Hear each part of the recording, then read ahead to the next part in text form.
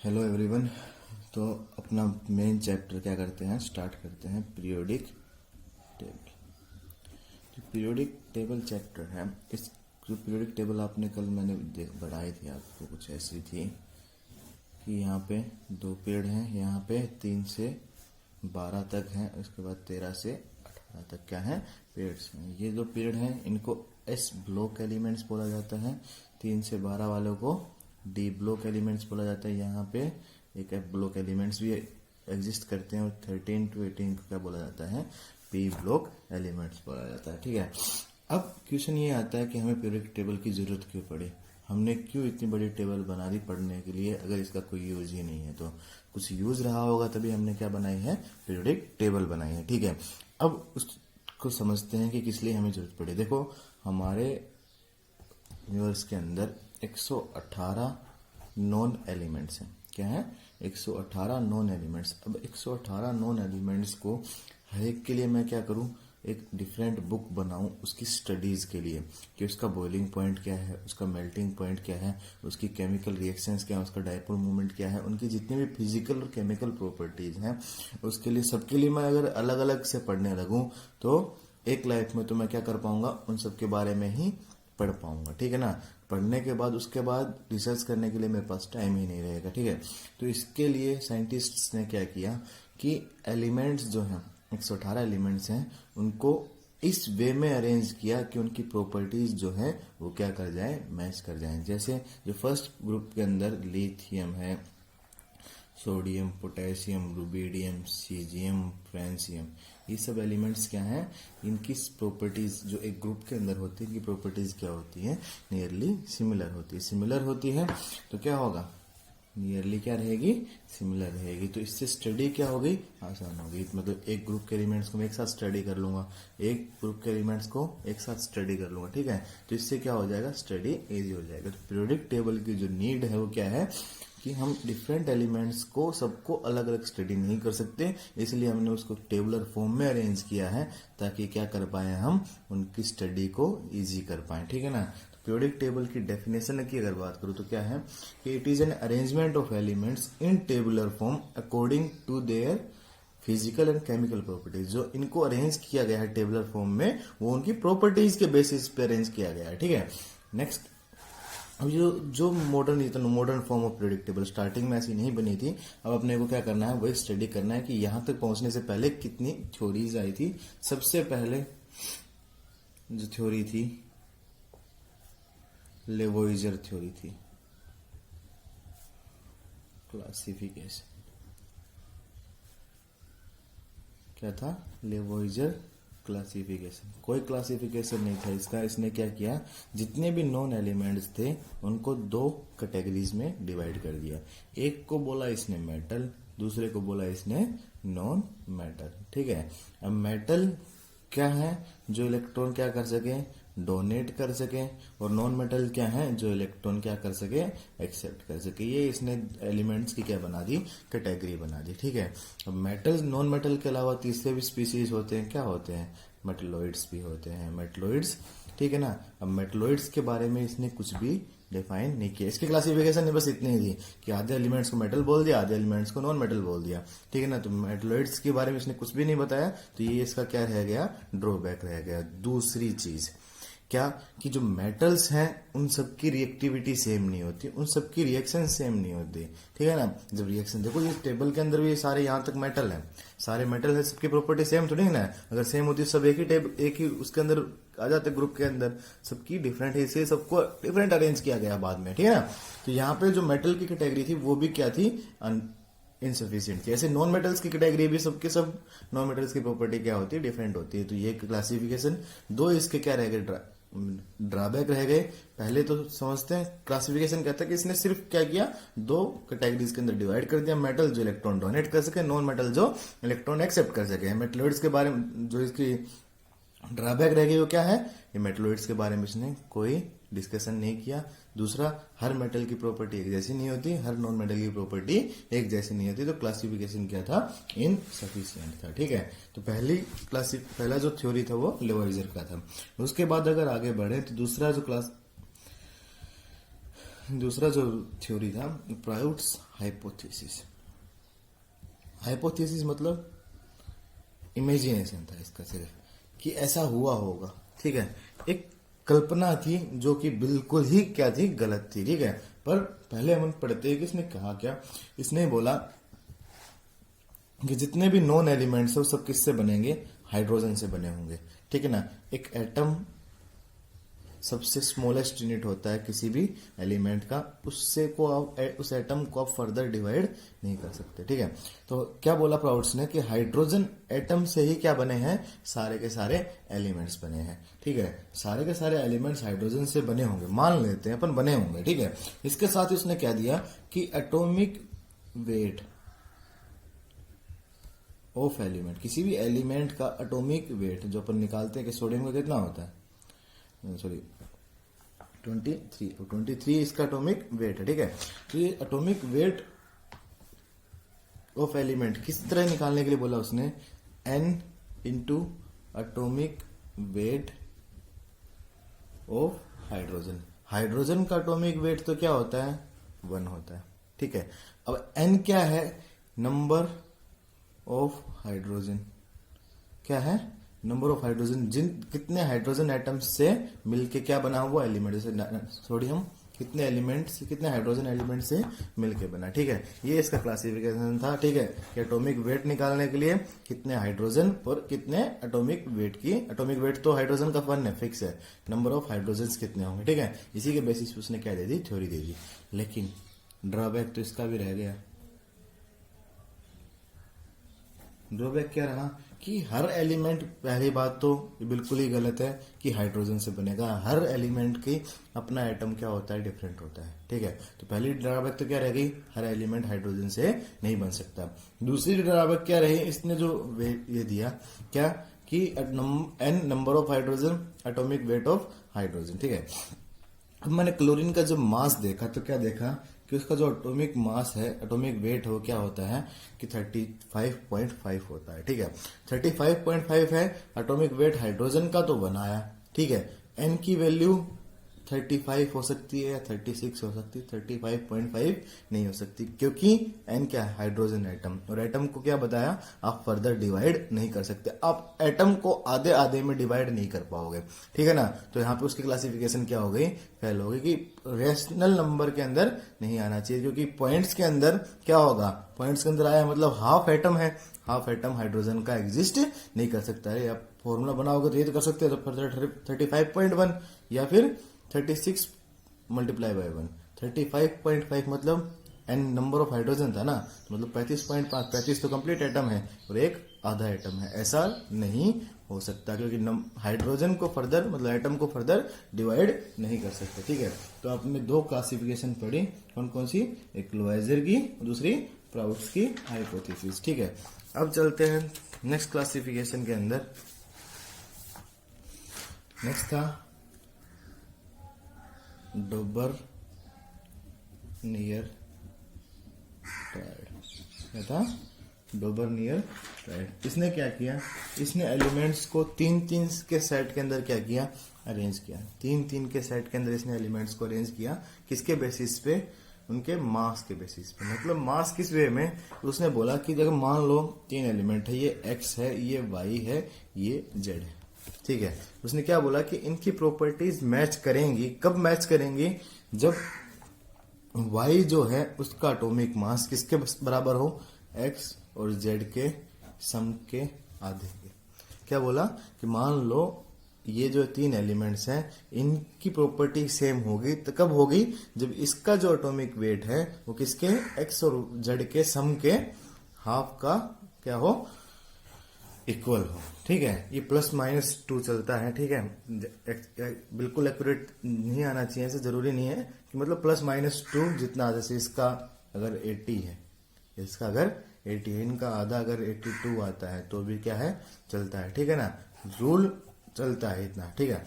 तो क्या होगा, इसी के बेसिस पे इसने क्या किया, कंपाउंड्स को अरेंज कर दिया, ठीक है। अब कौन कौन से डोमिनेट ट्रायड है, देखो ये सब रिमेम्बरिंग के लिए है, इसकी मैं एक ट्रिक बताता हूँ, उस ट्रिक से आपको क्या कर लेना है, उसको रिमेम्बर कर लेना है, ठीक है। याद करने का तरीका अपनी क्या थी, पीरियोडिक टेबल थी, ठीक है।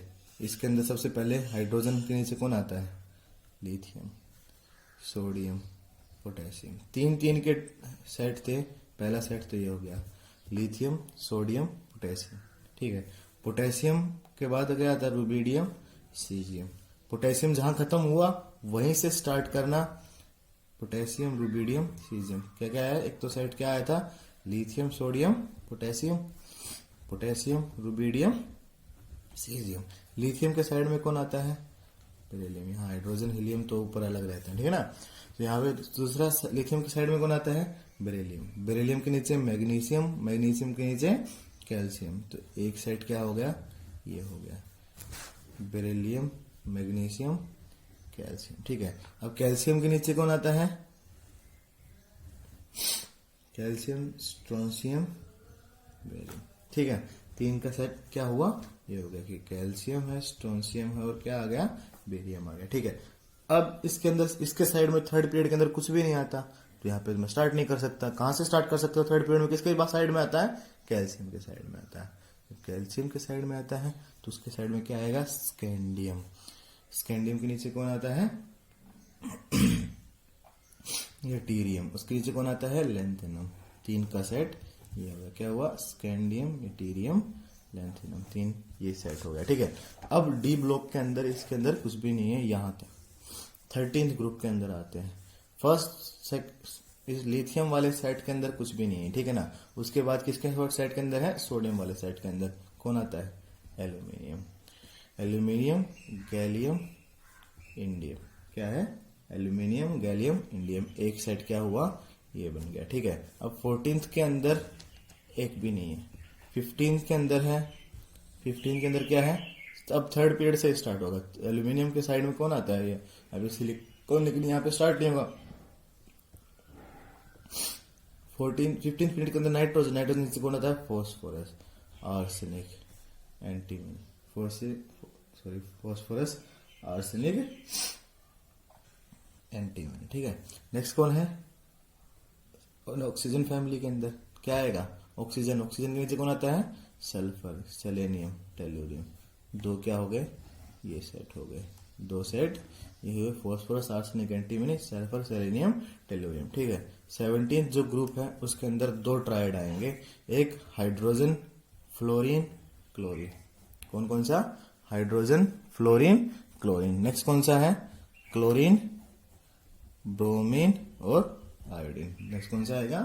Chlorine, bromine, iodine. तो टोटल कितने सेट हो गए? हमारे पास 10 सेट हो गए। Lithium, sodium, potassium, potassium, rubidium, caesium, beryllium, magnesium, calcium, calcium, strontium, barium, scandium, yttrium, lanthanum, aluminium, gallium, indium, phosphorus, arsenic, antimony, sulphur, selenium, tellurium, hydrogen, fluorine, chlorine, bromine और iodine, ठीक है ना। एक तो इसको तो इस तरीके से याद करने का तरीका, ये याद ही करने पड़ेंगे आपको, ठीक है। क्योंकि हर किसी का आप एटॉमिक वेट याद नहीं कर सकते, उसका डिवाइड करके सब निकाल कर नहीं चेक करोगे, ठीक है ना। तो इसको याद कर लेना। ट्रिक मैंने बता दी है, याद करने का तरीका क्या है, ठीक है। उसके बाद अगर दूसरा तरीका है इसके अंदर क्वेश्चन को पूछने का, वो क्या है कि जो मान लो एक एक्स एलिमेंट है जिसका एटॉमिक वेट क्या है? 20 है। वाई एलिमेंट का एटॉमिक वेट 42 है। जेड एटॉमिक का क्या है? एटॉमिक वेट ए है। ये तीनों क्या करते हैं? क्वेश्चन है ये कि डोबर्नियर ट्रायड को क्या करते हैं? फॉलो करते हैं। तो मेरे को क्या बता दो? जेड का एटॉमिक वेट बता दो। सॉरी, क्या बोला है? एक्स का एटॉमिक वेट 20 है, वाई का एटॉमिक वेट 42 है, जेड का एटॉमिक वेट ए मान लिया इसने, ठीक है। अब क्या पूछा है कि मेरे को ये बता दो कि ए का एटॉमिक वेट क्या है जब ये तीनों डोबर्नियर ट्रायड फॉलो करते हो। तो डोबर्नियर ट्रायड फॉलो करते हो मतलब 20 और ए का सम का आधा क्या होना चाहिए? 42 के बराबर होना चाहिए, ठीक है ना। मतलब तीनों में से किसी एक को अननोन रख के दूसरे को वो क्या कर सकता है? आपसे पूछ सकता है। तो क्या होगा इसके अंदर? इधर जाएगा, वैल्यू निकालोगे तो क्या होगा? 64 क्या आएगी इसकी? नेट वैल्यू आएगी, ठीक है ना। कर लोगे? इसके अंदर कुछ भी नहीं है, बस यही है, ठीक है। अब क्या रहेगी इसकी ड्रॉबैक्स? ड्रॉबैक्स इसकी बहुत सारी है। इसने तो सिर्फ उन्हीं को बताया जो इसके डोबरेट राइट को क्या करते थे, फॉलो करते थे। हाइड्रोजन भी तो क्या आता है, फर्स्ट ग्रुप के अंदर आता है। जो फर्स्ट ग्रुप के अंदर आता है तो इन तीनों का भी क्या होना चाहिए था, सेम होना चाहिए था। लेकिन क्या है, इन तीनों का सेम नहीं आता। जब सेम नहीं आता तो क्या होगा, डोबरेट राइट को क्या नहीं करेगा, फॉलो नहीं करेगा। ठीक है, जैसे हाइड्रोजन का कितना एटॉमिक वेट 1, लिथियम का 7 और सोडियम कितना है 20। तो इन दोनों का अगर मैं सम करता हूँ 23 + 1 डिवाइडेड बाई 2, 24 डिवाइडेड बाई 2 कितना आएगा 12। मैंने क्या बताया था, +-2 चलता है, लेकिन यहाँ पे तो क्या आ गया, +-5 आ गया। तो ये रूल को फॉलो नहीं कर रहा। ठीक है ना। तो यही क्या है, इसके क्या थी, ड्रॉबैक्स थी। ठीक है, जैसे oxygen, sulphur, selenium, same case उसके लिए है। ठीक है, कि इसके अंदर भी क्या होगा, डिफरेंस बहुत ज्यादा है। इसका 16 है, इसका 32 है, इसका 79। इसको फाइंड आउट कर कितना आएगा 75 पॉइंट। इन दोनों का सम का आधा कितना आएगा 47.5। इससे क्या है, बहुत ज्यादा है। तो ये भी डोबरेट राइट को फॉलो नहीं करते। ठीक है ना। इस हम नेक्स्ट टॉपिक है वो क्या है, नेक्स्ट जो क्लासिफिकेशन था वो क्या था, Newland octave rule. Newland octave rule क्या बोलता है, न्यूलैंड ऑक्टेव रूल। इसने क्या किया, इसने कुछ भी नहीं किया। ठीक है, इसने क्या क्या बोला कि जैसे जो म्यूजिकल नोट्स होते हैं, सा, रे, गा, मा, पा, धा, नी, उसके बाद सा क्या होता है, रिपीट होता है। क्या बोला इसने कि सा जो म्यूजिकल नोट्स होते हैं उसके अंदर हर 8th एलिमेंट क्या करता है, सेम रहता है। उसके बाद सा, रे, गा, मा, पा, धा, नी, सा क्या रहेगा, हर 8th एलिमेंट क्या रहेगा, सेम रहेगा। ठीक है ना। हर 8th एलिमेंट की मतलब जैसे ये म्यूजिकल नोट्स के अंदर क्या आ जाए, जो 8th एलिमेंट सेम आता है, ऐसे ही जो पीरियोडिक टेबल के अंदर मैं अगर अरेंज करता हूँ एटॉमिक मास के बेसिस पे, तो हर 8th एलिमेंट की प्रॉपर्टी क्या होंगी, सेम होंगी। ठीक है ना। ये इसका क्या था, क्लासिफिकेशन था। अब इसके बेसिस पे उसने क्या किया, अरेंज किया। ठीक है, नोबल गैसेस उस टाइम पे नॉन नहीं थी। ठीक है, नोबल गैसेस नॉन नहीं थी। इसने स्टार्ट किया हाइड्रोजन से। हाइड्रोजन के बाद में लिखें पहले लिथियम, बेरिलियम, उसके बाद boron, carbon, nitrogen, oxygen, fluorine. Hydrogen को उसने यहाँ रखा था। ठीक है, फ्लोरीन के बाद कौन आएगा, सोडियम, सोडियम के बाद मैग्नीशियम, मैग्नीशियम के बाद एल्यूमिनियम, एल्यूमिनियम के बाद silicon, silicon, phosphorus, sulphur, chlorine, calcium और पोटेशियम और कैल्शियम। ठीक है, अब देखो 1 2 3 4 5 6 7 8 हर 8th एलिमेंट की प्रॉपर्टी क्या आ रही है, सेम आ रही है। ये सही था, लिथियम सोडियम की प्रॉपर्टीज क्या है, सेम है। ऐसे 1 2 3 4 5 6 7 8 सोडियम की प्रॉपर्टी भी क्या है, सेम है। अगर यहाँ से स्टार्ट करता हूँ 1 2 3 4 5 6 7 8 इन दोनों की प्रॉपर्टी भी क्या है, सेम है। तो रूल तो सही था, लेकिन इस रूल की क्या रह गई, कुछ ड्रॉबैक्स रह गई कि एटॉमिक वेट के अगर इंक्रीजिंग ऑर्डर में मैं अरेंज करता हूं तो हर 8th एलिमेंट की प्रॉपर्टी क्या है, सेम हो। ठीक है, लेकिन उस टाइम पे नोबल गैसेज नॉन नहीं थी। नोबल गैसेज जब नॉन नहीं थी, जब नोबल गैसेज नॉन हुई तो जो प्रॉपर्टीज जो 8th एलिमेंट आ रहा था वो कितने पे आने लगे, जहाँ पे हीलियम, नियोन अगर आ जाएगा तो प्रॉपर्टीज जो 8th पे जो कहाँ पे आने लग गई, 9th पे आने लग गई। तो ये रूल क्या हो गया, फेल हो गया। तो पहले ड्रॉबैक क्या रही कि नोबल गैसेस के डिस्कवरी के बाद इस रूल को तो बिल्कुल ही क्या कर दिया गया, डिस्कार्ड कर दिया गया। दूसरा इसका ड्रॉबैक क्या था कि ये जो यूज होता है ये सिर्फ कैल्शियम, हाइड्रोजन से सिर्फ कैल्शियम तक, नोबल गैसेस नॉन नहीं थी उस टाइम की बात है, कि सिर्फ कैल्शियम तक यूज होता है, उसके बाद यूज नहीं होता है। ऐसा क्यों, क्योंकि जो कैल्शियम है, कैल्शियम के बाद क्या होता है, स्कैंडियम शुरू हो जाता है। ठीक है ना, स्कैंडियम, टाइटेनियम, वेनेडियम, क्रोमियम। अगर डी ब्लॉक एलिमेंट स्टार्ट हो गए तो क्या होगा, जो गैप 8 का होना चाहिए था वो कितने का स्टार्ट हो जाएगा, वो 18 का स्टार्ट हो जाएगा। तो वहां पे भी ये रूल क्या हो जाएगा। अब स्कैंडियम को यहाँ लिखो तो इनकी प्रॉपर्टी सेम थोड़े ना, स्कैंडियम, टाइटेनियम, इनकी प्रॉपर्टी थोड़ी सेम है। ठीक है ना, बीच में 10 एलिमेंट्स वो आएंगे, उसके बाद प्रॉपर्टी क्या करने लगेंगी, सेम होने लगेंगे इनसे। ठीक है, तो वहां पे भी रूल को क्या करना पड़ा, डिस्कार्ड करना पड़ा। ठीक है, तो दो क्या रहेगा इसके ड्रॉबैक, एक तो नोबल गैसेस को जब नॉन हुई तो इस रूल को बिल्कुल ही फेंक दिया गया, लेकिन नोबल गैसेस के नॉन होने से पहले भी इसको सिर्फ कैल्शियम तक ही क्या कर सकते थे, आप यूटिलाइज कर सकते थे, क्योंकि कैल्शियम के बाद डी ब्लॉक एलिमेंट स्टार्ट हो गए, जो कि क्या कर गए, इसको रूल को क्या कर गए, डिस्कार्ड कर गए। ठीक है ना, क्योंकि 10 से जो 8 पे रिपीट होनी थी प्रॉपर्टी, वो किस पे रिपीट हो रही थी, वो 18 पे क्या हो पा रही थी, रिपीट हो पा रही थी। ठीक है, नेक्स्ट जो रूल है वो था लोथर मेयर कर्व। क्या था, लोथर मेयर कर्व। ये क्या है, ये पहला साइंटिस्ट था जिसने एक्सपेरिमेंट किया। इसी के साथ में, इसी के पैरेलल में एक और साइंटिस्ट था जिसने एक ही साल के अंदर अपने अपनी लैब अलग अलग के अंदर क्या किया था, डिस्कवरी की, मेंडलीफ। ठीक है ना, ये मेंडलीफ और लोथर मेयर ने सेम ईयर सेम क्या किया, इन्होंने क्या किया, सेम की सेम क्या की, क्लासिफिकेशन की, सेम इन्होंने एक्सपेरिमेंट्स किए, उनके बेसिस पे इन्होंने क्या किया, पीरियोडिक टेबल बनाई। ठीक है, लेकिन नाम किसका चलता है, इस साइंटिस्ट का, इसका नहीं चलता, क्योंकि इसकी प्रॉपर्टीज क्या कर जाती हैं, ज्यादा पढ़ाई जाती है। दोनों की सब कुछ सेम है, बस डिफरेंस क्या था कि इसने क्या कर दिया, उनको टेबल के फॉर्म के अंदर अरेंज कर दिया, जिससे उनकी स्टडी क्या हो गई, आसान हो गई। और इसने उसको कर्व में ही रहने दिया, जैसा एक्सपेरिमेंट किया वैसा छाप दिया। इसकी वजह से क्या हो गया, इसका जो कर्व बना वो कॉम्प्लेक्स बना, जिसकी स्टडी करना इजी नहीं था, इसीलिए इसका नाम नहीं लिया जाता, इसका नाम हमेशा पढ़ा जाता है। ठीक है ना, तो अपन पहले लोथर मेयर के बारे में पढ़ते हैं, उसके बाद क्या किसके बारे में पढ़ेंगे, मेंडली अच्छी प्रॉपर्टीज बाद में पढ़ते हैं।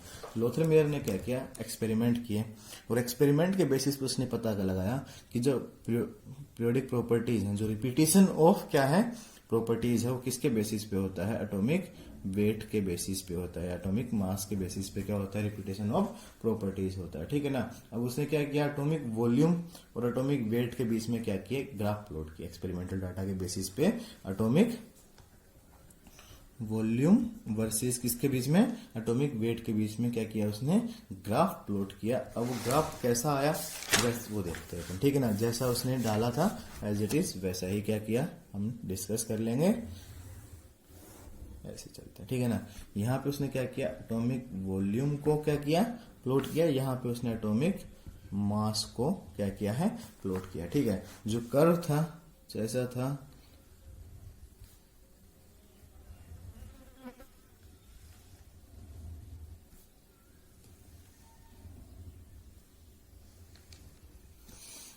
कर्व कुछ क्या रहा, ऐसा। ठीक है, अब इसके अंदर क्या बताया उसने कि उसकी जो क्या थी क्लासिफिकेशन थी, उसके अंदर उसने क्या बोला कि जब मैं एटॉमिक वॉल्यूम को एटॉमिक मास से क्या करता हूं, प्लॉट करता हूं, तो जो सेम पोजीशन है, जैसे जो पीक ऑफ द कर्व, जितने एलिमेंट्स पीक पे आएंगे उन सबकी प्रॉपर्टीज क्या है, सेम है। जो बॉटम के अंदर जा रहा है, सबके अंदर जो बॉटम के अंदर क्या जा रहा है, उनकी प्रॉपर्टी क्या रहेंगी, सेम रहेंगी। अब इसी की बेसिस पे देखा कि लिथियम, यहाँ पे सोडियम, यहाँ पे पोटेशियम, यहाँ पे रुबिडियम और यहाँ पे क्या आता है, सीजियम आता है। सबके सब क्या है, एक ही ग्रुप के एलिमेंट हैं, सबकी प्रॉपर्टीज क्या करती हैं, मैच करती हैं। ठीक है ना, उसने क्या बोला कि जो मोस्ट इलेक्ट्रोपॉजिटिव एलिमेंट्स हैं, मतलब जो मेटल्स हैं, वो कहाँ रिसाइड करते हैं, वो टॉप ऑफ द कर्व क्या करते हैं, रिसाइड करते हैं। सबसे ज्यादा इलेक्ट्रोपॉजिटिव है, उनकी इलेक्ट्रॉन डोनेट करने की टेंडेंसी सबसे ज्यादा होती है, ये कहाँ आएंगे, top of the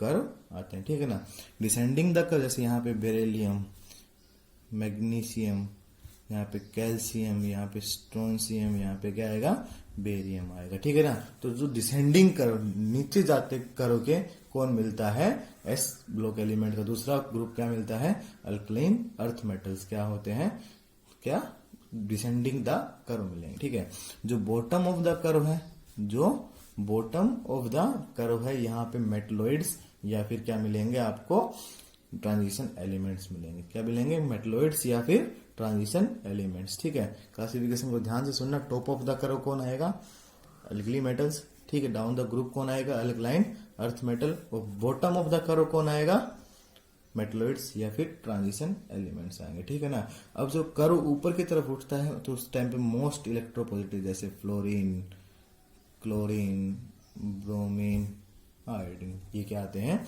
ascending the curve आते हैं। ठीक है ना, तो electronegative ascending the curve, electropositive top of the curve, और जो लेस इलेक्ट्रोपॉजिटिव जैसे अल्कलाइन अर्थ मेटल्स वो कहेंगे, वो कहाँ आएंगे, डिसेंडिंग द कर्व आते हैं। ठीक है, उसके बाद एक पीक से लेके दूसरे पीक तक, दूसरे पीक स्टार्ट होने से पहले तक, जैसे यहाँ पे नियोन तक आएगा, ठीक है ना। यहाँ पे क्या होगा, एक पूरा पीरियड डिसाइड करता है। लिथियम से फ्लोरीन सोडियम तो क्या होगा, नेक्स्ट ग्रुप, नेक्स्ट पीरियड का एलिमेंट होगा। एक लिथियम से नेक्स्ट, एक पीक से नेक्स्ट पीक तक क्या होता है, एक पीरियड डिसाइड करता है, ठीक है ना। जो हॉरिजॉन्टल कॉलम होती है उसको क्या बोला जाता है, पीरियड बोला जाता है, ठीक है ना।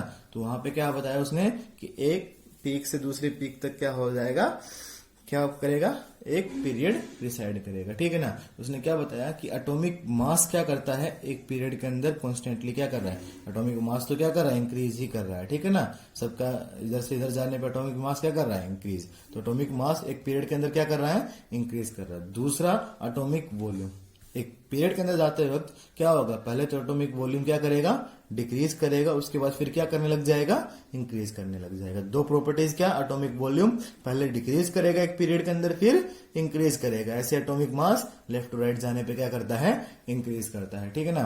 तो इसकी सारी की सारी प्रॉपर्टी हमने पढ़ी क्या, कि जो टॉप ऑफ द कर्व है वो alkali, top of the curve है वो क्या आएंगे, अल्कली मेटल्स आएंगे, ठीक है ना। Descending the curve alkaline earth metals आएंगे। बॉटम ऑफ द कर्व कौन आएंगे, मेटलॉइड्स आएंगे, ठीक है ना। उसके बाद ascending the curve electronegative elements आएंगे, ठीक है, हेलोजेंस आएंगे। उसके बाद हमने क्या पढ़ा कि एक पीक से दूसरे पीक तक क्या है, एक पीरियड डिसाइड करता है। उसके बाद क्या पढ़ा हमने कि एक लेफ्ट टू राइट जाने पे, एक पीरियड के अंदर जाने में एटॉमिक मास क्या करता है, इंक्रीज करता है। लेकिन एक पीरियड के अंदर जाने पे एटॉमिक वॉल्यूम पहले डिक्रीज करेगा, फिर क्या कर पाएगा, इंक्रीज कर पाएगा, ठीक है ना। यही इसकी क्या थी, क्लासिफिकेशन थी, यही इसकी क्या था, कर्व था, ठीक है। अब हर किसी का डाटा मैं याद नहीं रख सकता है, इनके अंदर डिफरेंस इतना आएगा, मैंने सब कुछ प्लॉट नहीं किया, मेटलॉइड्स, ट्रांजिशन एलिमेंट्स, यहाँ पे पूरा पूरा लाइन क्या कर जाता है, भर जाता है। अब किसको कैसे डिफ्रेंशिएट करूं मैं, वो इस कर्व की क्या रह गई, क्या रह गई, डिमेरिट रह गई, क्या कि इसकी कम्प्लेक्सिटी इतनी थी इस कर्व की कि इसको स्टडी करना इतना इजी नहीं था, ठीक है ना। तो जो इसकी ड्रॉबैक थी वो क्या थी, कम्प्लेक्सिटी ऑफ दिस कर्व, क्या इट इज हाईली कॉम्प्लेक्स, तो इसको आप स्टडी नहीं कर सकते इजीली, इसीलिए इस रूल को क्या कर दिया, डिस्कार्ड कर दिया। देखो पढ़ा तो जाता है, ऐसी बात नहीं है कि नहीं पढ़ा जाता, लेकिन सेम ईयर में सेम ही टाइम पे क्या हो गया, मेंडलीफ ने अपना क्या दे दिया, पीरियोडिक टेबल दे दी, ठीक है ना। तो उसने इन्हीं चीजों को उसने क्या कर दिया, पीरियड्स के अंदर क्या कर दिया, डाल दिया। पीरियड ग्रुप्स और पीरियड्स के अंदर टेबुलर फॉर्म के अंदर डाल दिया, तो उसको पढ़ना क्या था, ज्यादा इजी था बजाय के इसके, इसीलिए लोगों ने वही पढ़ा और इसको क्या कर दिया गया, डिस्कार्ड कर दिया गया, ठीक है ना। तो क्या है, इसकी जो ड्रॉबैक रह गई वो क्या रह गई, कॉम्प्लेक्सिटी ऑफ दिस कर्व, ठीक है। नेक्स्ट जो टॉपिक पढ़ेंगे अपन, मेंडलीफ पीरियोडिक टेबल, वो हम क्या करेंगे, नेक्स्ट क्लास के अंदर स्टडी करेंगे, ठीक है।